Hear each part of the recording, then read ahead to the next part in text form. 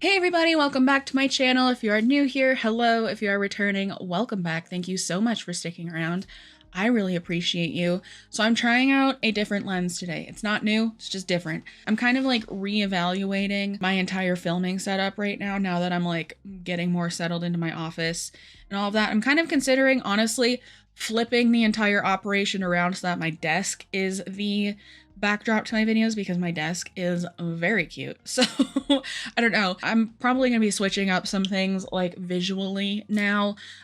So just kind of prepare for that. I guess it'll be over the course of a while, but I just wanted to let you know that we're working with a different lens today. Let me know what you think. But yeah, other than that, today we're just gonna be doing a good old-fashioned TikTok reaction video. It's just gonna be like a compilation. It's not gonna be on one specific creator like my last video was like 2 videos ago. But yeah, that's what we're doing today. Grab a snack, grab a beverage. I have my protein coffee because I'm back on that and I forgot how much I loved the way this helped me throughout the day. So very excited. But yeah, buckle in and let's just get into it. But before we get into today's video, I want to thank today's video sponsor, ZocDoc. Now I'm really excited to be talking about ZocDoc on my channel now because in the past I have used ZocDoc for myself and I've also used it to help my friends.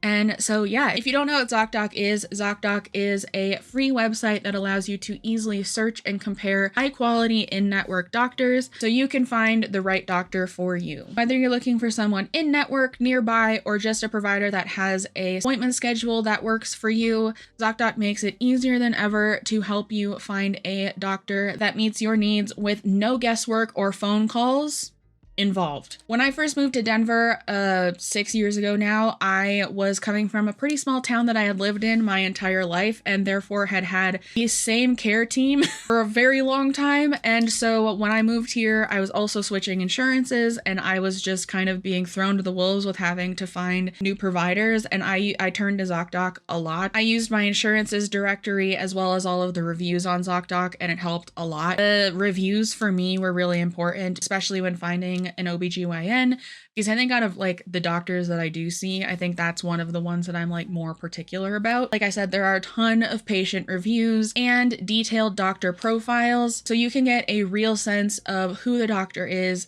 what they're like before you even step into their office. ZocDoc appointments also happen pretty fast, usually between 24 and 72 hours, and sometimes you can even score a same day appointment. And again, this is all without having to talk to anyone, without having to make any weird phone calls, and it's all just done in a few simple clicks. ZocDoc is also great because it is not just for one specific kind of care. They have more than 100,000 providers on their website across nearly every specialty, from mental health to dental health, from eye care to skin care, and so much more. So stop putting off those doctor's appointments because going to the doctor is really important, and use the link down below in my description or go to ZocDoc.com/MeganAnn to find and instantly book a top-rated doctor today. Again, that is ZocDoc.com/MeganAnn. That's ZocDoc.com/MEGANANNE to book an appointment today because, like I said, going to the doctor is really important. Thank you so much to ZocDoc for sponsoring today's video. And as always, thank you so much to you guys for continuing to interact with my content so that brands like ZocDoc want to keep working with me because it truly helps me more than I am able to articulate to you guys ever. And yeah, okay, let's just get back into the video. Do you have a moment for me to just like vent at you? Because I've got some stuff I want to say. I'm a content creator, but I'm also a content consumer. And I really, really, really feel that sense of mourning when you've been following someone for a while because you aligned with their content or their morals or their ethics. You know, I'm talking about the body positivity content creators, and then they just pull the rug from under you and say the most body negative thing you could think of in relation to weight loss. Because I believe that body positivity and weight loss are not mutually exclusive. They can, you know, work in harmony. It's all about how, for me, the most important thing is how you then reflect and talk about your previous self, which was bigger or before weight loss. Now, I want to say content creators, on one hand, don't owe us anything. You know, like they can switch up their content, their lives will change, they're multifaceted people, and we can decide whether we engage with it or we walk away. I think that's really important to establish. But there is this sense of betrayal when, especially when it comes to like body positivity and being in marginalized bodies, and this idea of like, you know, loving yourself at every size. It's really, it does feel like a betrayal when someone's built up a platform on this idea of being a safe space, on it's okay to be fat or it's okay to be bigger. You know, we love ourselves at every size here. It does feel like a betrayal when they flip the script and all of a sudden, you know, not only lose weight, because like I said, the losing weight thing isn't a problem for me. It's how they then talk about themselves. That's the bit that really upsets me. I'm like, oh, did you really believe anything you were originally saying, anything you were originally preaching to your followers? Or, I don't know, were you just like jumping on the bandwagon and trying to get money out of it? Or, I don't know, I can't help but be that cynical about it. I guess my point is, if you're seeing content from people that you used to think were safe spaces that no longer like makes you feel safe, you can absolutely unfollow them. And it's fair to feel a sense of betrayal because like some of these people have made absolute careers of doing that and are only losing weight now because they've got collaborations with surgeons because of their followings. Like that really makes me laugh. And there are still people out there like me. And this is just like a plug for myself. And there are still people out there who are advocating for those things and truly believe it. Like, I will always be a body positivity advocate and fat liberationist, regardless of what size I may be. Because until all of our bodies are accepted, respected, and are given the dignity, the health care, the employment opportunities, the access that we all should have, then none of us are free. You know what I mean? The beauty standard will just get stricter and stricter and stricter. And if we're spending so much time judging ourselves, judging each other for not hitting that made up fucking parameter, then what are we not spending energy doing? Like, I think it's so important to preach self-love and positive self-talk and self-respect and dignity, because if we're comfortable within ourselves, then we're comfortable to advocate for ourselves, and that means speaking out against the fucking system that wants to keep us down. If we're too busy in here going, well, am I worth that? Am I allowed to have access to that? Or maybe I should lose weight before I do that. Like, then we're not fighting the fucking system, and they're the ones taking the fucking piss. This will always be a safe space. I'm not going to flip-flop on you. Okay, so first off, I want to talk about what this creator said about content creators losing weight now because they have like partnerships with surgeons and things like that, because that is something that I have noticed for a while. Honestly, I want to talk about more, but I just want to start with that because I have noticed that more content creators are starting to partner with GLP-1 brands that have like their own compound of the GLP-1 drugs, or I have seen influencers partner with like bariatric clinics, stuff like that. And as someone who had weight loss surgery, I've always had I don't want to say mixed feelings because I'm more against it than I am for it. But it's something that I've wanted to talk about. And if I am planning a video on like the weird world of Ozempic influencers, but I think I could also lump in like weight loss surgery influencers and stuff like that, because I have seen quite a few people partnering with bariatric clinics and then like plastic surgery clinics. And we've seen Glitter and Lasers do that, right, with her supposed lipedema treatment surgeries. And I have such a weird feeling when influencers start promoting like actual clinics and physicians, because to me that's such a conflict of interest. And so yeah, that I understand the criticism around 100%. What I really wanted to talk about with this video in particular is, because I talked about it in therapy this week when I was talking about the kind of content that I make. And I think it's really interesting to be seeing how much the goalposts are really shifting now in terms of how people who in the past, as far as I remember, used to be so vehemently against weight loss, how now they are having to acknowledge that like sometimes people do lose weight for medical reasons or personal reasons, or that it's really none of our business why people on the internet choose to lose weight who maybe built a platform off of being fat.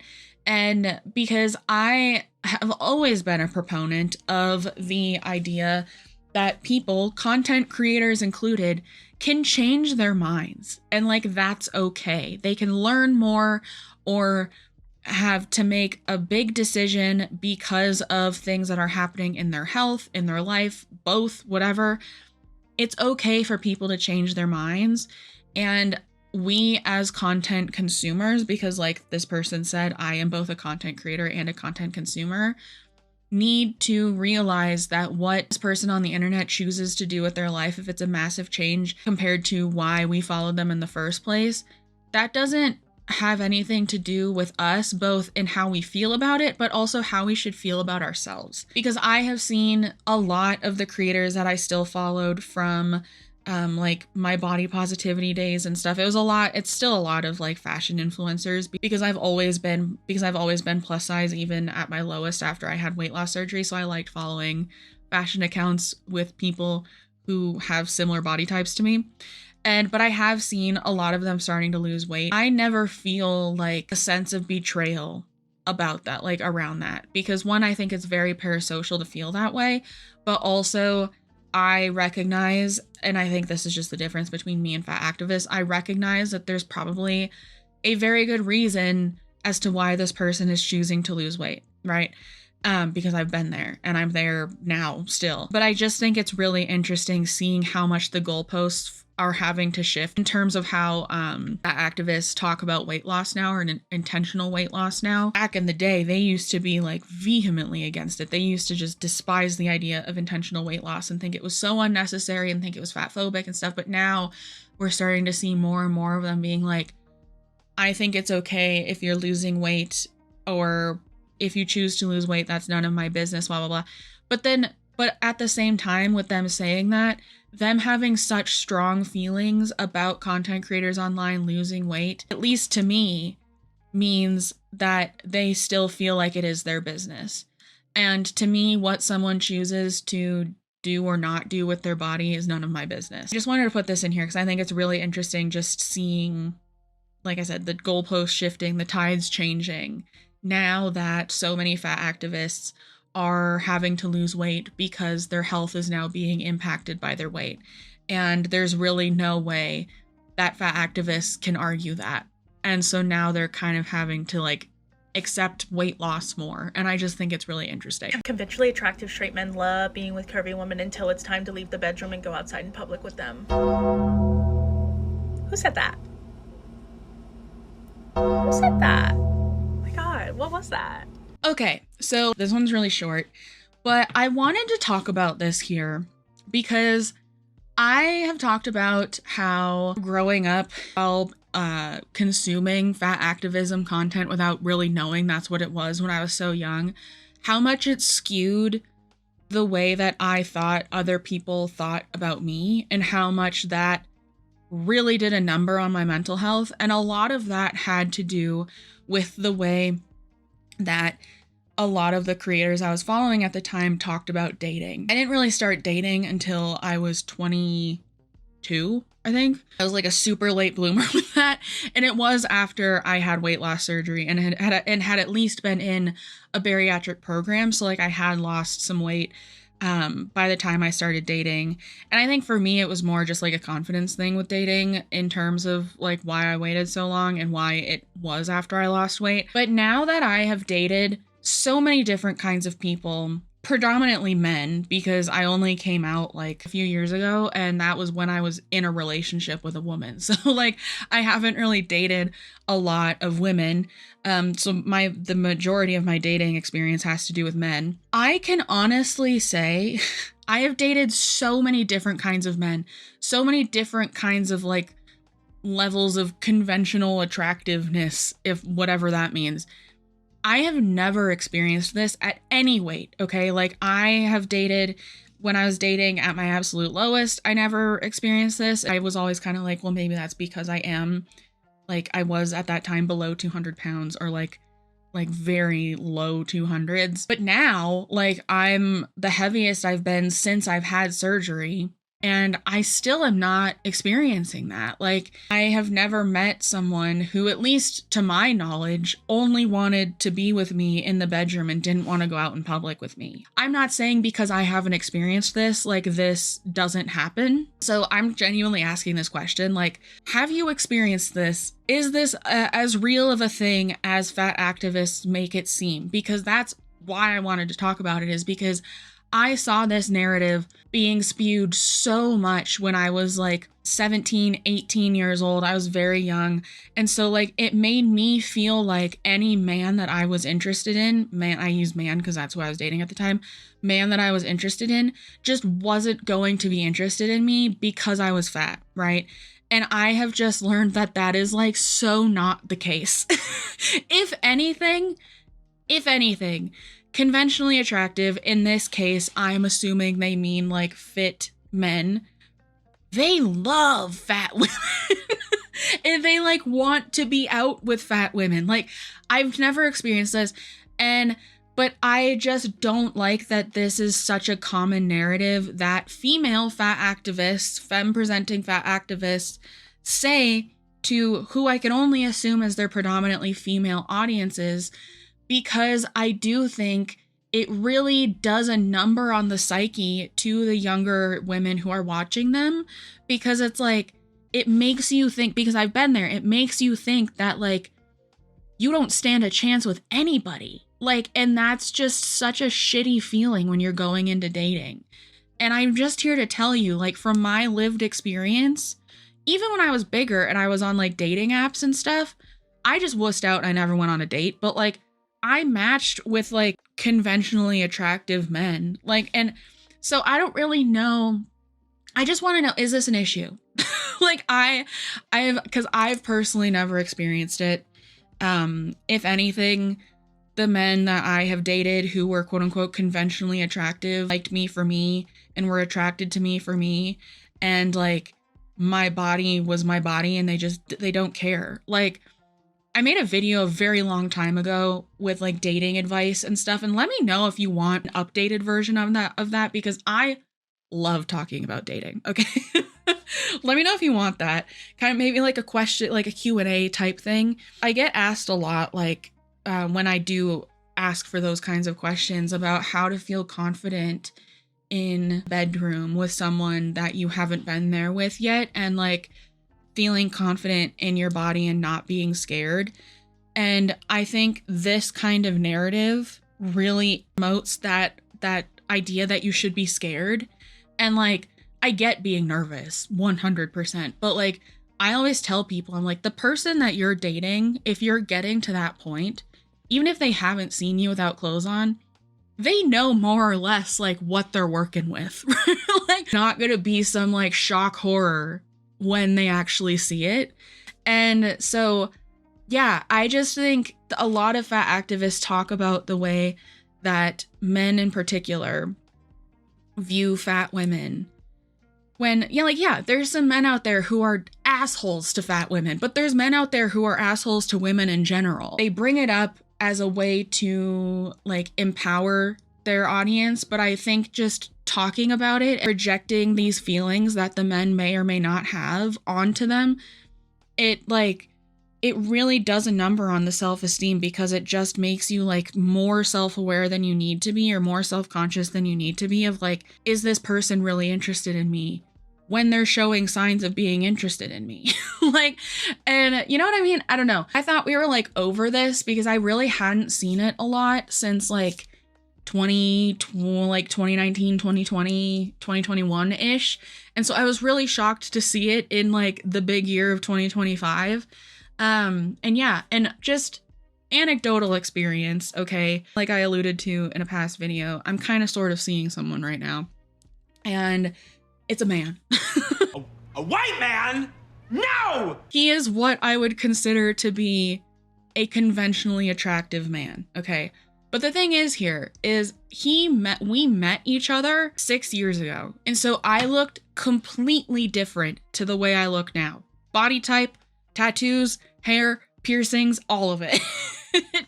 And I have told him before that like it was more healing to me than like he probably knew, the fact that he has seen me pretty much only gain weight since he met me, and he still wants to jump my bones. I'm like the biggest I've ever been since I've known him right now, and he still wants to jump my bones. He doesn't want to just be with me in private. We go out and we do things. And I didn't realize like how much this narrative that I had been fed for so long, in such a like pivotal point in like me discovering my sexuality and dating and all of that when I was like 16, 17, 18, whatever, like how much of that is still like baked in to my psyche, that like, oh, conventionally attractive men still find me hot. Like, okay, sweet.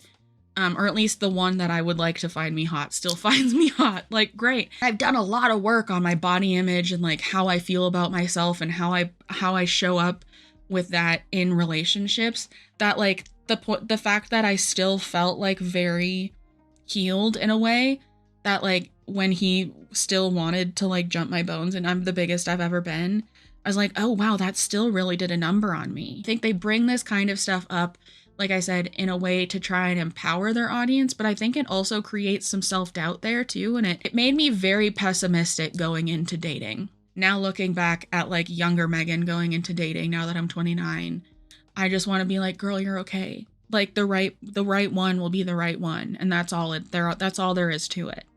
And like if somebody's not attracted to you, then they're not attracted to you, and that's it. You know, I don't know. I felt like this was very rambly, but I just wanted to talk about this one because ever since I started like thinking critically about fat activism, I started realizing like how backwards the way they talked about men and attraction and dating was. So that's why I put this one in here. Okay, on to the next one. To say that I'm on Mounjaro. Like, it's this weird taboo thing. If you know anything about me, or who I am, or what I do, you will not be shocked at my take on this. But if you are on a GLP-1 and you do not have type 1 or type 2 diabetes, or maybe a very specific type of PCOS, and you are on Mounjaro, any kind of GLP-1, I don't care what it's called, you are maybe a piece of shit for that. I think that it's morally wrong. And I think that like choosing to do that when you have a platform, posting about it when you have a platform, is so irresponsible. I don't blame specifically Tana for this. This is like a problem across the board. Everyone's doing it. Everyone is smaller. But it just disappoints me that instead of unpacking our relationship to food, we're just like, well, I'll just go in and not eat for the week. I'll just take a medication that makes it so I cannot eat. I can't believe that like no one is discussing the similarities between these medications and what they do, and people using/abusing these medications, and what the correlation to me is like 1-to-1. So to promote these medications, to me, I think that you are promoting anorexia. That is what. Okay, so first off, thank you to the girly pop who sent me this on Instagram like last night. Also, I use girly pop as a gender neutral term. I don't know your pronouns, but it's gender neutral to me. Because I was like, whoa, okay, we need to talk about this. If you don't know who this creator is, because this is from Instagram Reels, but this person became very popular in the fat activism side of TikTok because they made a song called, I don't know what the song called, but it was like there's nothing wrong with my body, fat is not a dirty word. That song, if you go on fat activism TikTok from like 3 years ago, there's so many people lip syncing that song or like dancing to it or whatever. And at the time, I had a lot of thoughts and feelings on that song and the music video and everything and the creator of it, because has nothing to do with what she just said, but the artist of that song is what fat activists would consider to be like a small fat, or would probably even question if she was fat at all. Like, if it was anybody else talking about fat activism or their body or whatever. But because they agreed with what she was saying, she was brought into the movement with open arms. And I've always felt that the hypocrisy when they do that, I think, is fascinating. So that's who this person is.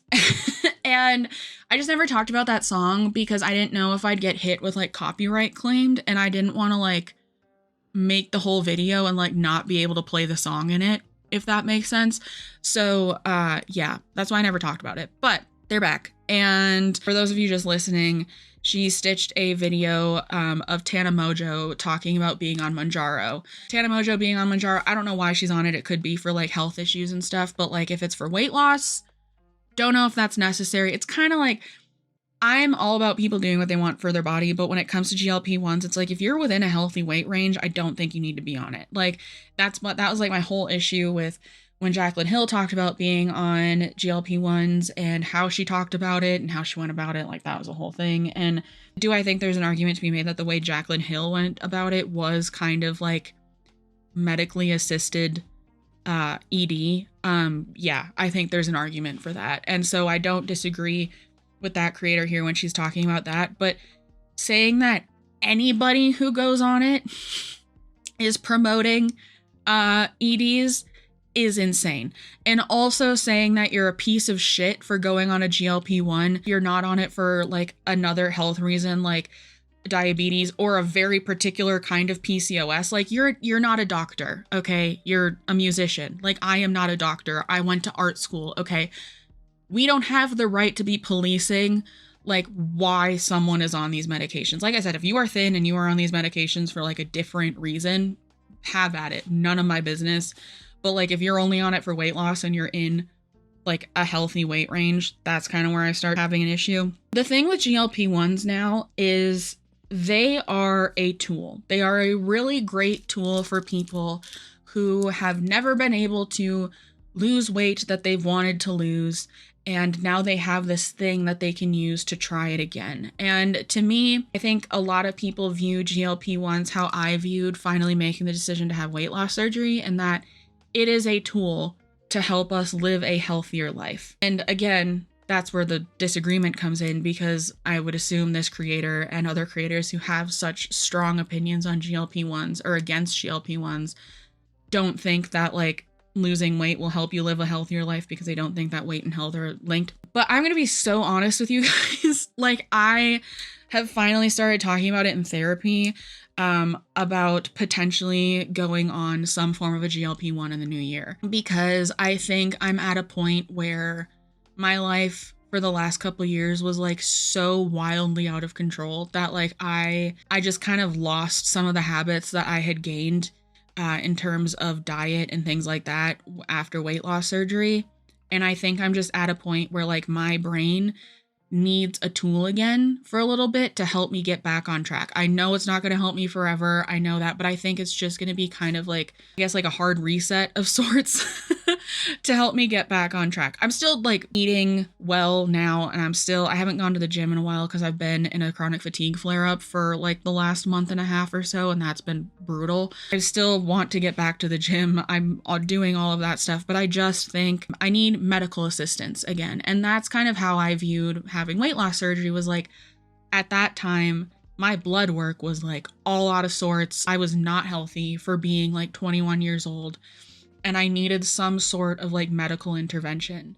And right now, internally, I'm great. I'm good. I'm chill. And I want to keep it that way. I just think I'm like at a point where like I just need that medical intervention. I need that help again, but I don't need it to the point of like having a revision on my weight loss surgery or anything like that. Because I do know that GLP-1s, if they work correctly for you, because sometimes they just don't work, and I'm ready for that possibility as well, they help with food noise so much. And my ADHD medication, which I take for my OCD, helps with my food noise a lot. But I have noticed that since I've been on it longer, that the food noise is like starting up again. And I talk about it in therapy and all of that too, but the same way that I go to talk therapy for my OCD that presents like ADHD and my depression and anxiety, I still take antidepressants and anti-anxiety medication, and I'm on like Adderall's cousin for my OCD. Like I still need that medical help. And so, yeah, for real, I've been thinking about it, and I will make a video about it or talk about it in a video if and when I do make that decision. It probably won't be until the new year, but like it is something I'm considering, like trying. And I'll be honest, like, and I would make a whole video on this, but like the reason I've put it off for so long is because like my brain makes me feel like, oh, I failed then, because like I had weight loss surgery and now it's almost like 7 years later I'm going on a GLP-1 drug to like help me lose weight again. I would never tell anybody that who talked to me about it, but like for me, I'm way harder on myself. Anyways, all of that to say, GLP-1s have become an amazing tool for people who need to lose weight or need help or need some kind of medical assistance to lose weight. And I would say that even if I was not considering going on one, because I've always said too that I think if you are ready for the ginormous change to your life that it causes, I think weight loss surgery is an amazing tool to help kickstart a weight loss journey. And I think GLP-1s are the same without the ginormous physical change to your body that weight loss surgery is. And so, yeah, I think just making a blanket statement, calling people who are on GLP-1s for anything other than like an underlying health condition a piece of shit is crazy. Because, too, a lot of people who are going on GLP-1s are trying to not become type 2 diabetic or whatever. And like they can help with that. It's like that's why I had weight loss surgeries. I was already pre-diabetic. So like I was on track to becoming just full on type 2 diabetic, and I didn't want that. They're just a really great tool. And I think calling people a piece of shit, just making that blanket statement if you're on them is wild and is really insensitive and is just lacking so much nuance that this conversation requires. And yeah, so thank you to the person who sent that to me on Instagram, because wowza. And yeah, that's all I have to say for this video. I'm gonna go now. Thank you so much to ZocDoc for sponsoring today's video. And then yeah, if you made it this far, leave a, I don't know, just leave an emoji. Leave whatever your soul tells you to leave, okay? And yeah, thank you so much if you made it this far. I appreciate you. I love you so much. Remember to be kind to yourself, be kind to others, drink your water, take your meds if you need them, and I will see you in the next one. Okay, bye.